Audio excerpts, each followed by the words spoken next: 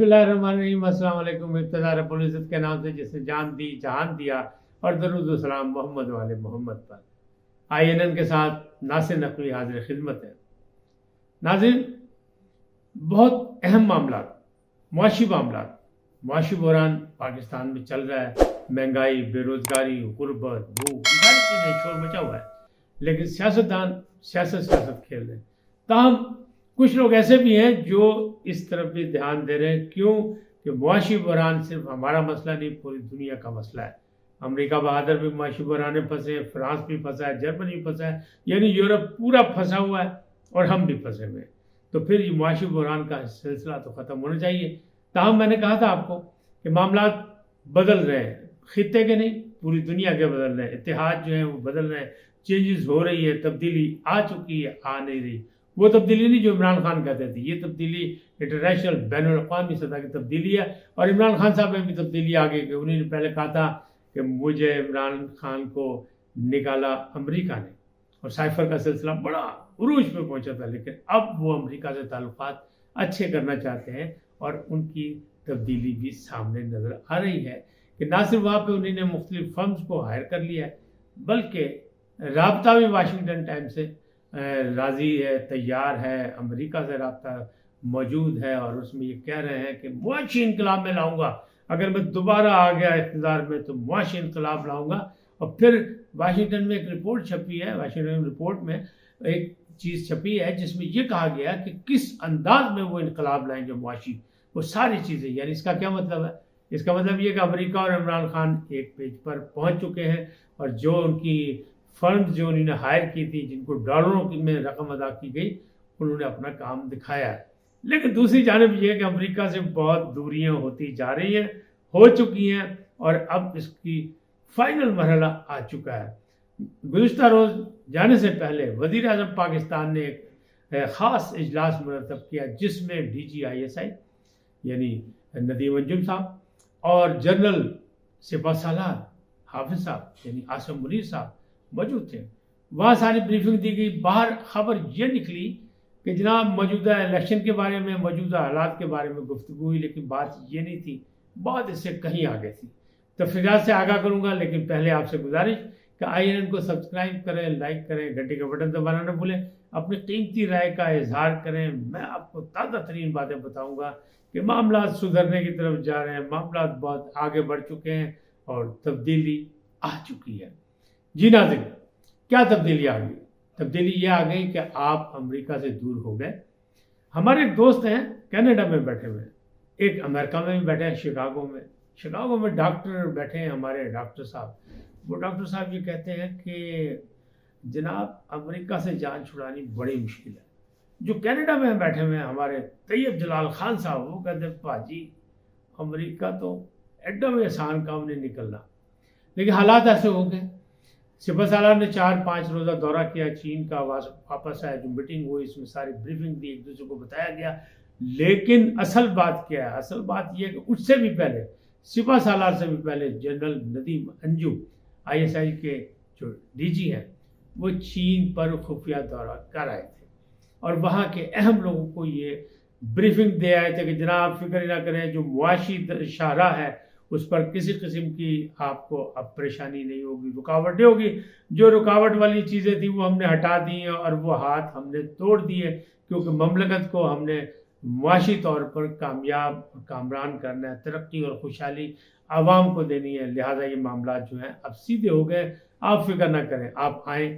और आपको मैंने पहले व्लॉग में बताया था कि सरमायाकारी कर रहा है चीन, कितनी 58 बिलियन डॉलर की, और 58 में से जो है वो 56 या 54 बिलियन डॉलर जो है वो सिर्फ काशगढ़ से ग्वादर तक जो रेलवे लाइन बिछाई जा रही है उस पर है।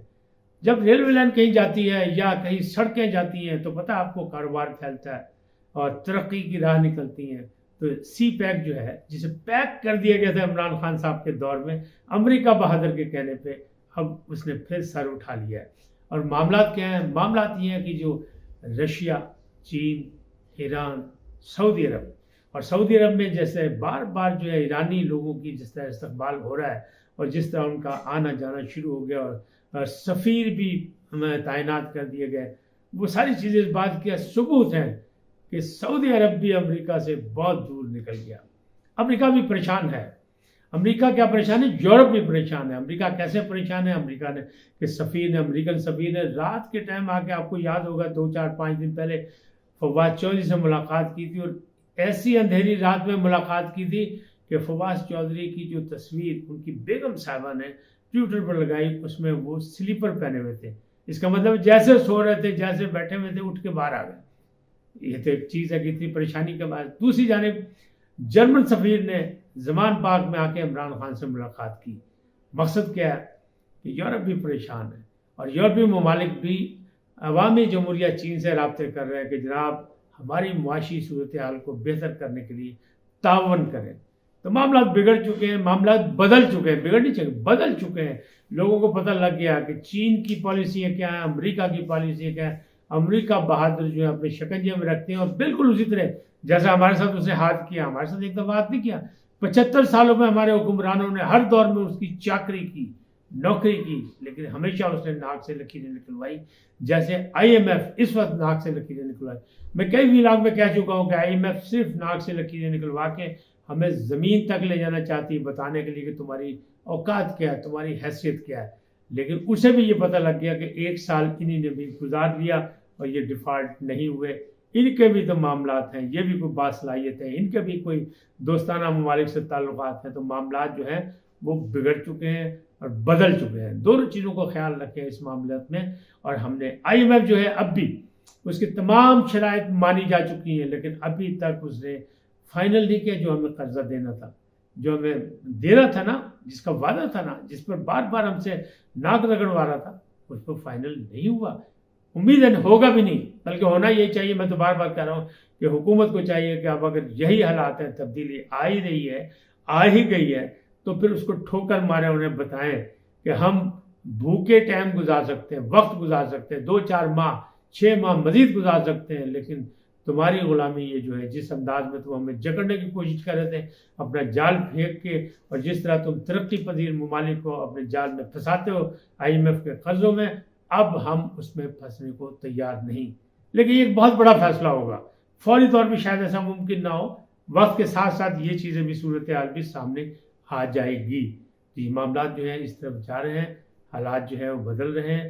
اور پھر معاشی بحران کے لیے بہت سے لوگ جو ہیں اس کے لیے نیگیٹو سرگرمیاں بھی کر رہے ہیں کہ نہیں، اگر یہ ہو گیا تو یہ جس کو امپورٹڈ حکومت کہتے ہیں یہ تو کامیاب ہو جائے گی. یہ جو اتحادی حکومت چوں چوں کا مربع ہے، یہ تو کامیاب ہو جائیں گے. اگلا الیکشن جو ہے ان کے لیے سیدھا ہو جائے گا. تو معاملات بگڑنے چاہیے.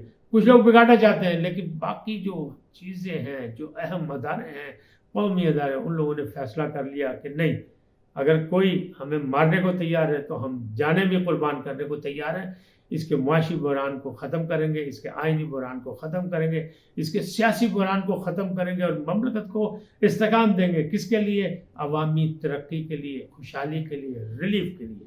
تو یہ ایک اچھی خبر ہے، یہ آپ کے ثبوت کر رہا ہوں، اور اس کے رزلٹ جلد از جلد نکلنے والے ہیں. باقی یہ سیاسی چھوٹی موٹی لڑائیاں جو چلتی رہیں گی، لیونگ پلے کی بات کرتے تھے، تو جو لڑائیاں ہو رہی ہیں اس میں تو سب کو لیونگ پلے، ہر بندہ جس کا جو دل چاہتا ہے وہ کر رہا ہے. چاہے وہ پارلیمنٹ سے جھگڑ رہا ہے، چاہے پارلیمنٹ جو ہے عدلیہ سے جھگڑ رہی ہے، چاہے دونوں مل کے الیکشن کمیشن لڑ رہے ہیں، چاہے سیاسی پارٹی ہے، الیکشن کمیشن، سارے معاملات جو ہیں دست و گریبان ہوئے ہیں.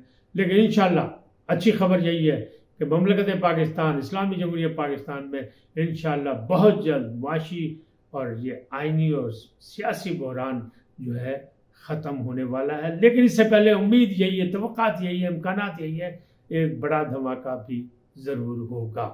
آج اتنا ہی، پھر ملیں گے نئے موضوع کے ساتھ، نئے عنوان کے ساتھ. جاتے جاتے آپ سے درخواست، IAN کو سبسکرائب کریں، لائک کریں، گھنٹی کا بٹن دبانا نہ بھولیں، اور اپنی قیمتی رائے کا اظہار اپنی شخصیت کے مطابق کریں، کیونکہ حالات بہت نازک ہیں. لہذا رواداری اور برداشت کا مظاہرہ کریں. اللہ آپ کو سلامت رکھے. خدا حافظ.